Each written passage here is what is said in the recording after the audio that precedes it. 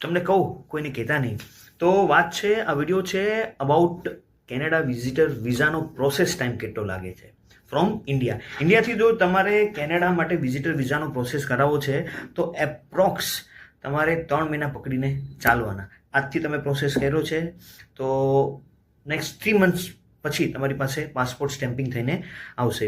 એટલે આજથી process start કરો છો એટલે 1 વીક જેવા ડોક્યુમેન્ટ કલેક્ટ કરવામાં થશે.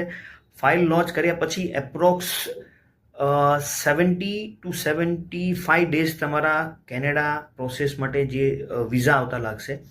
70 થી 75 દિવસ પછી વિઝા આવ્યા અને પછી પાસપોર્ટને આપણે સ્ટેમ્પિંગ માટે આપશું એટલે એપ્રોક્સ 10 દિવસ જે ડેટા લાગશે અને તમારા હાથમાં પાસપોર્ટ સ્ટેમ્પિંગ થઈને આવશે. એટલે મોટા આ પ્રોસેસ છે એપ્રોક્સ 3 મંથ્સ જેવો છે. એટલે તમારે જ્યારે બી કેનેડા જવું છે તો you must apply visitor visa, જે તમારે